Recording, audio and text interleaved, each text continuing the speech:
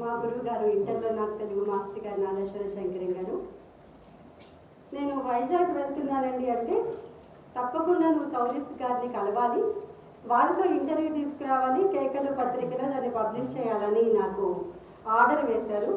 ఆ కాలంలో నేను ఒక్కదాన్ని సౌరీస్ దగ్గరికి వెళ్ళి ఇంటర్వ్యూ తీసుకొని వస్తే అప్పుడు కేకల్లో పబ్లిష్ చేయలేదు, కానీ రాసి మాత్రం ఇచ్చాను. మరి ఇప్పుడు భానుమతి గురించి కూడా నేను ఇప్పుడు నాటికలోని కొన్ని భాగాలని చెప్తాను. దీంట్లో 5 పాత్రలు మాత్రమే ఉన్నాయి. భానుమతి, ద్రౌపది, ప్రాతిగామి, వీళ్ళిద్దరు రాజ్ఞులు కలిసి, తర్వాత సుయోధనుడు, భానుమతి. ఈ 3 సన్నివేశాలు మాత్రం కొంత నేను చెప్తాను. నాకు ఇచ్చిన టైం 7 minutes కాబట్టి అసలు ఆకాశవాణిలో పనిచేస్తున్నాను, ఆ టైం మాత్రం నేను తీసుకుంటాను. సందేహించకండి అక్క, ఆయనలో నాకు తెలియని లోపాలు లేవనుకుంటాను. ప్రజలంతా సింహాసనాధిష్ఠుడై న్యాయాన్యాయ విచక్షణతో గల మహాప్రభువునే చూస్తుంటారు. కానీ నేను భార్యగా విరహంలో, విచారంలో, ఆగ్రహంలో, మోహంలో, అన్ని స్థితుల్లోనూ ఆయన్ని ఎరుగుదును కదా. ఉన్నతమైన పౌరుషం, తన స్వార్థాన్ని లక్ష్యం చేయని ధైర్యం, ముందు వెనుకలు అస్సలు ఆలోచించని మొండితనం, కారణం అసలు కనపడిన అభిమానం, సహించరాని గర్వం. అసలు ఏం చెప్పునాక అత్యంత ప్రియురాలైన నేను సైతం తనని హాస్యం చేస్తున్నానా, కించిత్ కానీ తేలిక చేస్తున్నానా, గౌరవ లోపం సూచించానా అని పదే పదే నిష్కారణంగా అనుమానపడుతుంటారు. కానీ ఆ పిచ్చి గుణాల వల్లనే నేను అమితంగా ప్రేమించేస్తుంటాను. ప్రేమిస్తేనే కానీ ఈ దుర్గుణాల అందం అర్థం కాదు. పిల్లల తప్పటడుగుల్లో, చిన్న ఏడుపుల్లో ఉండే ముగ్ధ లావణ్యం ఎంతని చెప్పు. ఆయన లోపం లేని మనుషుల్ని ఎట్లా ప్రేమించటం? ఉదాహరణకి అక్క ఏమనుకోకండి, మా పెద్ద బావగారితో ఏ సహృదయ సుఖించగలదు? అవును, ఆ లోపం నాకు తెలుసు. చాదస్తం వాటిల్లో ఒకటి ఈ జూదమా, మితిమీరి ఉంటుంది ఆ మమత, ధర్మం మీద ఆసక్తి మూడవది. మరి నా ప్రశ్నకి సమాధానం చెప్పరా అక్క? ఏమనుకోకపోను, పాండవుల వైభవం, ముఖ్యంగా ఆ రాజసూయ యాగ తేజాన్ని సహించలేకపోయారు నా మరిది అనుకుంటున్నా. ఆయన చర్య, తన ఆధిక్యత సమర్థించుకోవడానికి పడే పాటలు, ఎవరో తనని లోకవ చేస్తారనే అబద్ధపు అనుమానం, తన ప్రభు ముందు పాండవులది చాలా స్వల్పమని, అంటే తన కీర్తి ముందు పాండవులది చాలా స్వల్పమని ఇతరులకు తెలియచేయాలనే దొంగ నిర్లక్ష్యపు భావన, ఇవన్నీ నాకు విందని ఒక విధమైన తృణీకార భావాన్ని కలిగించాయి. చిలిపితనానికి అతీతం కావడం న్యాయమే అనుకో, కానీ నాలో అల్లరిపోయి నేను మర్యాదతో స్తంభించిపోయే కాలం ఇంకా రాలేదు. కానీ మీ ప్రభువుని అధిక్షేపించిన మరుక్షణమే నాకు ఏమనిపించిందంటే, చెప్పు ఏమనిపించింది? చాలా అనాలోచితమైన పని చేశాను అనుకున్నాను. నా చిన్ని హేళన చూసి తాను నన్ను హేళన చేయవలసింది కదా, కానీ ఆయన ముఖం ఎర్రబడిపోయింది. దెబ్బతిన్న బలహీనని వలె తల వంచుకొని గాఢ నిశ్వాసాలతో వెనక్కి తిరిగి వెళ్ళారు. నా అజ్ఞానం నిజంగా అప్పుడు నాకు గోచరమయ్యింది. ఎంత గాఢ వేదనను అనుభవించాలో తెలుసా? నిజం చెప్పాలంటే ఆటలలో బిడ్డ చూరులో నిప్పు పెట్టినట్టుగా అనిపించింది. ఇలా వీరు మాట్లాడుకుంటూ ఉండగానే ప్రాతిగామి వస్తారు.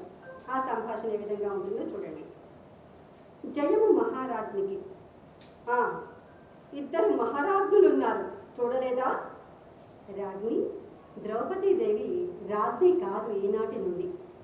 ఏమి తాగినావా? కాదు యుధిష్ఠరుడు. నోర్మై, యుధిష్ఠరుడు ఎవరు నీకు? పాండురాజు ప్రథమ పుత్రుడు రాజ్ఞి. నడు బయటికి ముందుకి. రాజు ఆజ్ఞ తీసుకొని వచ్చాను, నా సందేశం కొద్దిగా వినండి. ఈమెను తీసుకొని రమ్మన్నారు. నన్ను తీసుకొని రమ్మనడానికి అసలు మీ ప్రభు ఎవరు? ఈమెనా? ఎక్కడికి రమ్మన్నారు? సభా భవనానికి రాజ్ఞి. ఏమి సాహసం? నిజమా? ఎందుకు? రాజ్ఞి, యుధిష్ఠిర చక్రవర్తి జూదంలో తన సర్వస్వాన్ని మన ప్రభువునికి కోల్పోయారు. తనని, తన తమ్ములని, భార్యను కూడా. వీరందరూ ఇక మన ఆస్థానానికి బానిసలు. అమ్మ, మీరు దయచేస్తారా? నేనా బానిసనా? నన్నొడ్డినారా? ఎవరు? అందరూనా? ఒకరేనా? జూదమాడింది అగ్రజులే తల్లి. నన్నొడ్డినారా? నన్ను, తన తమ్ములను కూడా. ఏమి ఈ విపరీతం? అక్క, అంత సందేహం ఎందుకు? సభకు వెళ్ళితేనేమి? నేనా ఒకరి ఆజ్ఞానుబద్ధురాలే వర్తిస్తానా నేను? ఆగ్రహించకండి అక్క. యుద్ధంలో కానీ జూదంలో కానీ అపజయమే కదా. ఏమి నేను దాసినా? నేను ద్రౌపదిని బానిసనా? నీ భర్తకు, నీకు, నీ నూరుగురు మరుదులకు నేను ద్రౌపదిని బానిసనా? క్షత్రియాంగనవు అపజయాన్ని అంగీకరించలేవా? దాసిత్వం నీచమే, కానీ నాకు ఆ స్థితి కలిగి ఉంటే ఆగ్రహపడను. ఆగ్రహమే అపజయ సూచకం. జయాపజయాలు దైవికాలి కదా అక్క. ద్రౌపది మాట్లాడుతున్నప్పుడు కొందరు విధిగా తలవంచేవారు, కొందరు విధిని ఎదిరించి యుద్ధం చేసి జయించేవారు. నేను రానని చెప్పుకో. వద్దక్క, సాహసించకండి, విరోధం పెంచుకోకండి. రప్పించే శక్తి ప్రభువులకు కలదు, వారి దాసివి నువ్వు ప్రతిగామంటాడు. ద్రౌపదిని రప్పించే శక్త అవతారం ఎత్తాలి. నోర్మై ప్రతిగామి. అసలు ఇప్పుడు నేనేం చెయ్యాలి? ఈ ఉపద్రవాన్ని ఎలా అధిగమించాలి? ప్రభువుని సమీపించి రహస్యంగా అంగరాజు వినకుండా నేను ఒక్కసారి ఇటు దయచేయమన్నానని మనవి చెయ్యి. ప్రతిగామి వెళ్ళిపోతాడు. సుయోధనుడి ఆగమనం. ఆర్య, ఏమి పని చేశారు మీరు? నేను విజయిని. ఈ జూదంలో అన్ని విజయాలే. మరి రేపు యుద్ధం సంగతి? వారు నా బానిసలు కదా. సింహం ఎంతకాలం సేవ చేస్తాయి ఆర్య? వాటిని మీ ఆస్థానంలో భరించగలరా? అడియాసలే మీకు. ధర్మంతో కట్టాను దేవి. మీ ధర్మబంధాన్ని కాల్చే అగ్నిని మరిచారు ప్రభు. ఆ అగ్నిని అణచడానికే ఇప్పుడు కబరంపాను. భార్య అవమానాన్ని కళ్ళారా నిస్సహాయులై సహించిన ఈ పాండవులు ఇక ఈ జన్మకి తలెత్తి ఈ భూమిని పాలించగలరా? ప్రభు, దౌర్జన్యాన్ని కలిగిస్తుంది. ఒక్కసారి ఆలోచించండి. కావచ్చు దేవి, కానీ మాటి మాటికి వారు ధర్మపరులంటే ఎత్తి పొడుపులు కట్టుబడిపోతాయి కదా. ఇక ప్రభు, స్త్రీని ఆగ్రహించకండి. అబలం మేము. మా నిస్సహాయత్వమే పురుష బాహుబలాన్ని ప్రేరేపించి అసాధ్యమైన విజయాలు సమకూరుస్తుంది. మా స్వభావం అనాది శక్తులతో, నిరంకుశోద్రేకాలతో మిళితమై ఉంటుంది. ఈ నీతులు ధర్మాలు మేమెరగం. మేమే ఆగ్రహిస్తామా? సర్వనాశనమైతే కానీ తృప్తిపడం. అందులో ద్రౌపది, ఆమెను మీరెరుగురు ప్రభు. సర్వనాశనమా? కానిము.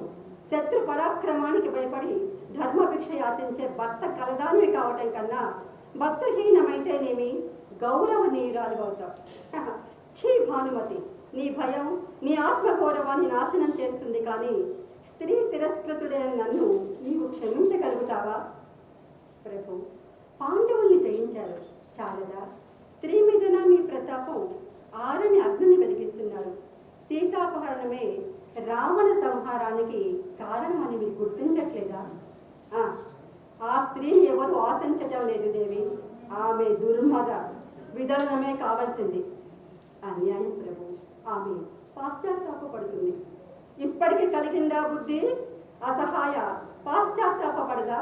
అయితే రమ్మను సభకి. ప్రభు, కాదు, ఇక్కడికి వీలు కాదు, సభలోనే. ఆర్య, ద్రౌపది అవమానం ఆమెది కాదు. నిజానికి అది నాది. నా భర్త పరస్త్రీని అవమానపరిచేంత అల్పుడా? ఏమన్నావు? నీ ఆ భర్త అవమానం సహించేంత అల్పుడు కాదు. ఇక మాట్లాడకు. నాథ, ఆమెకు భర్త చేసిన అవమానం చాలదా? అబల, అందులో ఒక స్త్రీ కనుకనే కదా ఈ దౌర్జన్యం. స్త్రీ పూజ్యనీయురాలు నాదా. కడుపటి మాట వినండి నాదా, దయచేసి వినండి నాదా.